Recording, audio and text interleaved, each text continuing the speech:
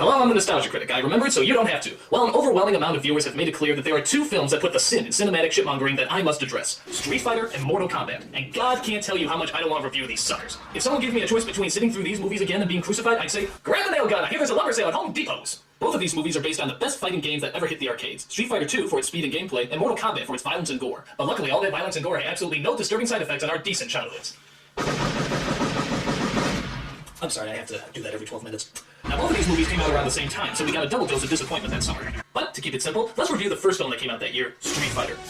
So what's the main problem with this piece of shit of a movie? 4 syllables. Jean-Claude Van Damme. Van Damme is like the poor man's Chuck Norris. The guy you get if you think Steven Seagal is too classy for your movie. He knows martial arts, but he often forgets that you need a personality in order to be interesting. Anytime, big head. The only bigger insult to having a bad actor in a bad film is having a good actor in a bad film. Enter Raul Julia as the villain M. Bison. Raul Julia was one of the most charismatic actors who ever lived, and was taken from us a million times too early. In fact, it was rumored that Raul Julia did this as his last film because it was something his children really wanted him to do. Well, thank you, you little brats! He lived long enough just to see the destruction of his entire career! Top notch! Warning, this is clearly for satirical purposes. Raul Julia kicks ass, I'm sure his family kicks ass. You've lost your balls. So what's the story, you're probably wondering? Well, ironically, it involves absolutely no street fighting whatsoever. Van Damme plays a war hero named Guile who's out to stop the evil M. Bison from, you guessed it, taking over the world. Of course! On top of his fearsome army, Bison also has hostages that he's holding ransom for $20 billion.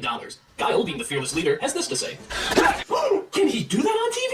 After that, we get a bad action sequence, followed by another bad action sequence, followed by another bad action sequence, followed by another bad action sequence, followed by... Oh, hey, look, they're actually talking here. Okay, this is the scene where they discuss their strategy to... Oh, wait, no, sorry, this is just another bad action sequence.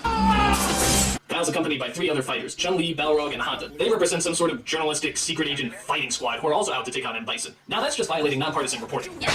These 3 obviously have a very difficult task ahead of them. Not taking on M. Bison's fearsome army, but trying to figure out what the hell their fearless leader is saying. Call it a wake-up call. A wake-up call? What's a wake-up call? If I'm not topside in 15 minutes. What? And distract his defenses. Huh? If Sagat runs against Bison. Who? Seriously, even the actors in the movie look at him like they have no idea what he's saying. Some moron just scanned me. I hate to admit it, but I think I might actually be missing Schwarzenegger. Get the hostages out! Get the hostages out! Things start looking up when it appears that Guile has been shot and murdered in the middle of a violent shootout. Hey, alright, this movie's finally starting to get good! It turns out that Guile's still alive, and this death scene was just an attempt to fool the enemy, even though they spot him on a speedboat just a few moments later, which makes this scene entirely pointless. By the way, I love Guile's army fatigue of blue camouflage. That'll really come in handy if they're ever fighting in the sky or underwater. The rest of the story is kinda hard to keep track of, considering how there's so many damn characters. Most adaptations have the problem of leaving a character or 2 out, but not Street Fighter. No, they have the courtesy of giving us every single damn annoying character these games ever produced, like Guile and Bison. Chun-Li, Honda, Zagat, Balrog, Ken, Ryu, Cammy, Zangief, DJ, Vega, Dawson, T-Hawk, Blanca, Sneezy, Dopey, Grumpy, Dancer, Prancer, Comet, Cupid, Cubby, Tommy, Pinky, Brain, John, Ringo! It's a nightmare! Everyone in the world is here! It's like a Street Fighter Christmas! Okay, I'm gonna do you a favor and show you the only funny scene in this entire movie. It's when the villains are watching a TV screen showing a truck of explosives riding out of control, only to find that the truck is actually heading right towards them. Quick! Change the channel! Okay, that's kinda funny. But trust me, it's not worth it to watch painful scenes like this one, where the most stereotypically smug British man tells Guile that they're giving in to M. Bison's demands. Deliver these instructions to your troops, then consider yourself relieved of your command. We think we can deal with General Bison. Now, if you'll excuse me, I'm off to burn down an orphanage and puppy farm. Then Guile delivers a speech that even George W. would find epically ridiculous. Our superiors say the war is cancelled. We can all go home. Oh, good. I don't know how much more of this movie I could take. Bison is getting paid off for his crimes, and our friends will have died here. But we can all go home. Yes, very tragic. I got things to do, so I'm just... Meanwhile, ideals like peace, freedom, and justice, they get packed up. But we can all go home. Well, we would if you would stop yapping your trap. Well, I'm not going home. No, don't do this to me, Van Damme! You said I could go home! I'm gonna get on my boat, and I'm going to kick that son of a bitch Bison's ass. Heart of a poet. Now, who wants to go home? And who wants to go with me? No! One subplot out of the billions going on here involves Guile's friend Blanca, who's transformed into a mix between the Hulk and one of those cavemen you see from the Geico commercials. You're joking. This is done by a scientist named Dulcim, who's just a dead ringer for the Dulcim in the video game. Can you tell the difference? I sure can't. Actually, one of the strangest parts of the movie involves his appearance. The last time we see him, he looks like this, and then the next time we see him, he looks like this. What the hell happened? One minute he looks like a scientist, the next he looks like the bald guy from 300. And the movie never tells us why. Did he just bloom into a Yogi Indian warrior? Was he on his way to a quick costume party? I mean, it makes no sense. Why? So after an onslaught of bad lines and lame action scenes, we finally get to the showdown between Guile and M. Bison. Granted, Bison's army is totally outnumbered and all they have to do is shoot him in order to end this stupid war, but nope, Guile wants to risk thousands of lives so he can show off his cool hand-to-hand combat moves. Okay. A 30-year-old heavyweight takes on a 50-year-old dictator? Gee, I wonder who's gonna win. What a shock. At some point, Bison regenerates himself and is able to levitate throughout the room. So he flies up into the air and hits Guile straight on.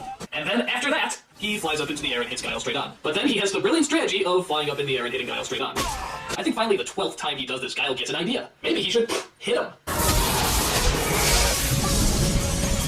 Bison! You're off air. I think probably the strangest scene, and trust me, that's saying a lot, comes at the very end when Guile tries to rescue Blanca and Dhalsim. Blanca says he can't face the world looking how he does, so Dhalsim decides to look after him in the comfort and safety of a burning building. I mean, what made them think they would be okay there? Guile even at one point says, This whole place is gonna go up. well, it's a fixer-upper, but you can't beat that rent.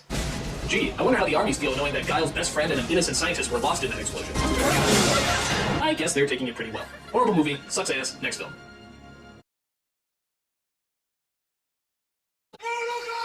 That same year, Mortal Kombat came out, and you'd think we would have learned our lesson with Street Fighter. But the fact is, the advertising for this movie was actually pretty good. It looked just like the game, the special effects were kind of cool, and it had that techno beat you could never get out of your head. We went into Street Fighter knowing it was going to be bad, but for Mortal Kombat, we were suckered in. So what's the main problem with this film? 4 more syllables. PG-13. The game was one of the most violent bloodbaths that ever hit the arcade, and we all knew there was no way they could fit all that gore into a PG-13 movie. Which is a shame, because there's a lot of characters here that could use a good decapitation. Where do you get these guys? The story centers around 3 people. Johnny Cage, who makes his living as a pretentious actor, Sonya, who makes her living as a pouty FBI agent, and Liu Kang, who makes his living as a, Asian. Accompanying them is a mystical something or other known as Raiden, played by Christopher Lambert, who sounds a little bit like Peter Lorre after drinking a million sandpaper martinis. The great tournament was too much responsibility. Responsibility! They're summoned to do battle in a supernatural tournament known as Mortal Kombat, spelled with a K, not a C. Because it's more threatening? All of them entered the tournament for different reasons. Sonya, because she's after a killer named Kano, Johnny Cage, because he thinks it'll help his career, and Liu Kang, because he's, Asian. All these characters are pretty annoying, but it's Johnny Cage's one-liners that really make you want to kill yourself. On me to carry your luggage. I pay money, you carry the bags. Thank God I didn't ask him to park the car. The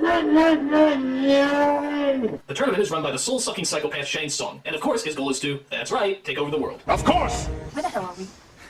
Do I look like your travel agent? We find out later that Kano is actually working for Shang Tsung and is ordered to defeat Sonya at the tournament. Like most of the characters in this movie, this guy could have been really cool, but unfortunately, he talks. You know, one-on-one, man-to-man, hand-to-hand. Oh, come on, I just got done watching Van Damme. Don't put me through another annoying accent. Almost lost my lunch. I know the feeling. He's also accompanied by fighter Sub-Zero, who gives new meaning to the term cold shoulder, and Scorpion, whose hand looks like a vagina being penetrated. Well, it does! Disgusting. Both these characters are pretty cool, but maybe that's because they don't talk throughout the entire movie. For all we know, they could have Jamaican accents or something. Who's the big hot bag of air who doesn't bathe and doesn't care? Then there's also the creature known as Goro, who's also serving Shang Tsung. And let me tell you can really tell he's been working on his forearms. He's said to be an alien prince, but I don't know, I think he looks an awful lot like the human prince to me. He's a pretty decent effect, despite the fact that his lip movements are about as accurate as a sock puppet's. This puny mortal will be never corrupt. Oh, wait a minute, Cage is about to do something funny. So Sonya defeats Kano, Liu Kang defeats this guy, Raiden crooks up some more advice, and Johnny Cage even manages to kill off Goro, which is an act of kindness after listening to his stupid one-liners. This is where you fall down. We also find out why Scorpion and Sub-Zero don't talk. Scorpion turns out is a fire-breathing skeleton, it happens, and Sub-Zero is too busy pulling energy from his crotch to defeat his enemies. Hey, if you had cold balls of fury like that, you wouldn't be talking much either. Exactly. After that, the film follows a pretty standard format. Someone fights, Raiden talks. Someone fights, Raiden talks. Someone fights, Raiden talks. So what exactly does he talk about? Well, I hope it's not some cliche like you must first face your fears if you were to conquer them. You must first face your fears if you are to conquer them. Fuck me, this is a dumb movie. Come to a little tournament, he said. Be good for the career, he said. Later, we find that Shang Tsung kidnaps Sonya and forces her to fight him instead of Liu Kang. Oh, wait a minute, what happened to the brave and powerful Sonya? One second she's this fearsome warrior, and all of a sudden you put her arm behind her back, and it's... Oh, save me, he's too strong. It's okay, you know, you'll get out of it. Alright, calm down, you'll think of something. Okay, chill!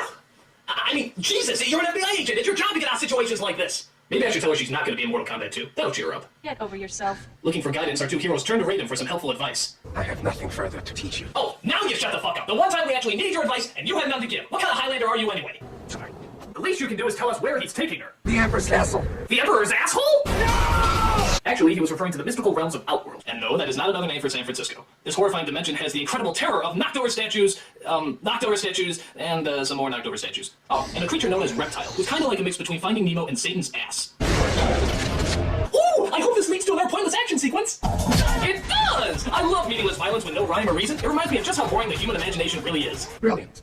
After we see Sonya dressed up in a skimpier costume, which is questionable but not problematic, Shang Tsung enters with a bunch of hooded servants, and we all know how this works. Alright, the good guys are gonna be in the robes, they keep their head down so you don't see them, okay, they're walking through, okay, make the evil speech, we all know the good guys are gonna pop up any minute, can we just move this along a little bit, how long do we have to wait here? Yes, I know you're very evil and everything, come on, can they just pop out anytime, can you just hurry up and send in the clowns? They're already here. Hooray! Let's celebrate with more fighting! And how about another stupid Johnny Cage line? Nice dress. Okay, seriously, no more Johnny Cage jokes. I just can't shrug anymore. Enough. So Liu Kang defeats Shang Tsung, rescues Sonya, sets free all the little Casper goes, and they live happily ever after. Or do they? What is it, Emperor? You weak, pathetic fools. I've come for your souls. I don't think so. Well, I do. When the credits pop up, that means it's time to leave the theater and never look back at this horrible film as long as you live. Now, granted, Mortal Kombat isn't quite as bad as Street Fighter, but that's kind of like saying being stabbed in the stomach isn't quite as bad as testicular torture. Bottom line, these movies suck. The games are great, but these movies suck. They're horrible. They're horror-terrible. If I had a choice of seeing these movies again and crawling across a street of broken glass on my belly with my thigh open, only to be greeted by a pack of rabid wolverines who not only want to eat me, but also rape me, I'd probably see the movies again. But it's close. Very, very close, like a gnat's wing. I'm the nostalgia critic. I remember it, so you don't have to. Game over!